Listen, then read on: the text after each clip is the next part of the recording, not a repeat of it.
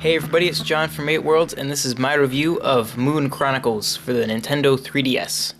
While you may find it odd that I would review a 4-part season when only one episode has been released, let me assure you that I do know what I'm talking about. As the first season of Moon Chronicles is an upport of the original Moon, I know what course the story and gameplay will take in future episodes. From the first episode, we can clearly see any gameplay updates the developers have made, and we can therefore gauge from those sources the quality of the entire season. Should something be changed in later episodes that I feel changes the score given at the end of this review, then I will of course return to this review and update it with that new information. That being said, let's begin. Renegade Kid was undoubtedly the king of first-person shooters on the DS, and while it wasn't a horribly crowded genre, they went to great lengths to ensure that their game stood far above the rest. Now, 5 years later, Renegade Kid is dusting off one of their greatest DS games and polishing it up for an episodic release on the Nintendo 3DS. Their hope is to remake the first Moon in 4 parts, followed by a second season of all new content. Much hinges on the reception of the first season of Moon Chronicles, so let's take a look at Episode 1, the 3DS's premier first-person shooter.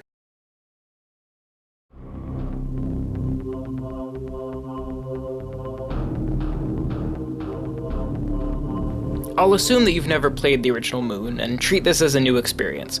Moon Chronicles follows Major Kane as his unit arrives on the surface of the Moon following the discovery of a hatch on the Moon's surface. Shortly after arriving, all hell breaks loose and several members of Kane's squad go missing, presumably captured and taken into the hatch, and Major Kane is ordered to head down into the hatch. As he explores, it becomes clear that something very strange is going on. This isn't just an alien presence under the Moon. You get the looming sense that something is being hidden from you.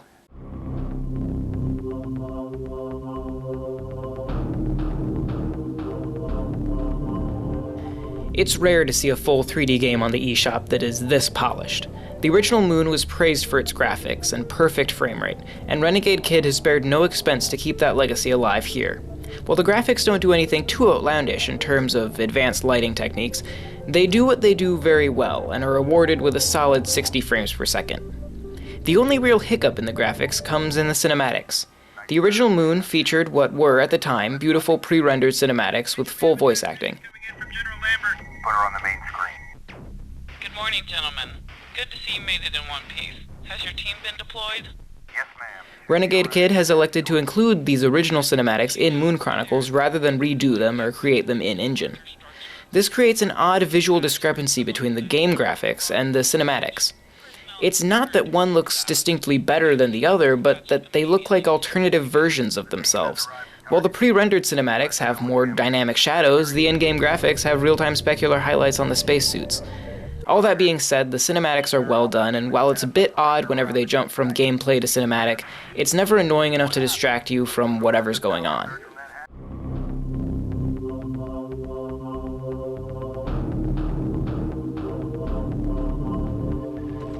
The gameplay consists mainly of moving through the Moon's subterranean, maze-like tunnels, fighting a wide variety of enemies and trying to unravel the mysteries buried beneath the Moon.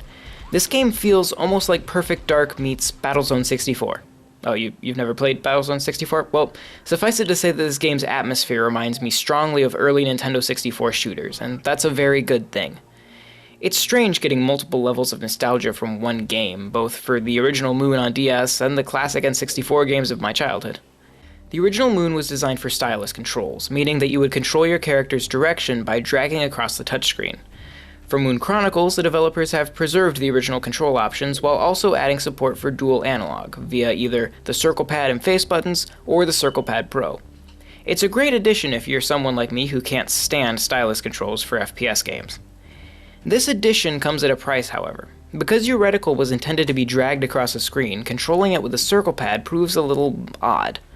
Rather than immediately turning your character, your reticle first moves closer to the edge of the screen. Only upon reaching that predefined bounding box does your character actually begin to turn. This results in your movement feeling sticky and inconsistent. Considering this game often has you aiming at small, flying security drones, these awkward controls can be very frustrating in terms of aiming.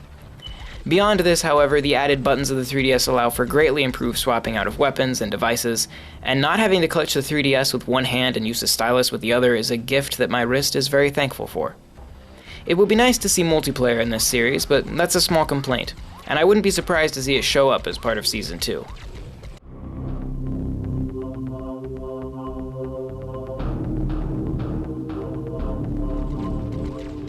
All of the original sound and music is preserved in Moon Chronicles, and while normally I prefer to see things redone as they were in Star Fox 64 3D, I didn't mind so much with Moon.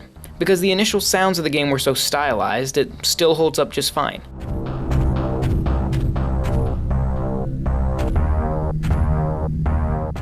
The music isn't necessarily something you'd want to listen to on its own, but in the context of those dark, mysterious hallways, it works perfectly.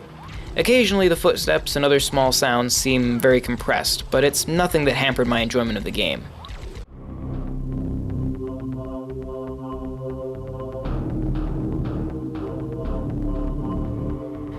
The first episode of Moon Chronicles is a very promising return to one of my favorite DS games. Is it perfect? No. Is it better than the original? Absolutely. Everything Moon Chronicles does differently is a great improvement. If Renegade Kid takes the time to tune up the controls ever so slightly, there will be nothing keeping this game from being among the very best on the eShop. I'm giving Moon Chronicles an 8 out of 10. As I said, if Renegade fixes the issues I had with the game in future episodes, then I will be more than happy to revisit this game and update the score. Until then, I encourage you to hop on board with this fantastic adventure. As those of you who played the original Moon will know, this first season will be well worth your money. Anyway, thanks for watching. Go check us out on Facebook, facebook.com/8worldsnews. Follow us on Twitter @8worlds. Go check out our blog, 8worldsnews.blogspot.com, and subscribe to us right here on YouTube, youtube.com/8worldsnews. Sergeant Blake, get the team to the transport and proceed to the hatch site. Maintain uplink, but observe radio silence. Yes, sir.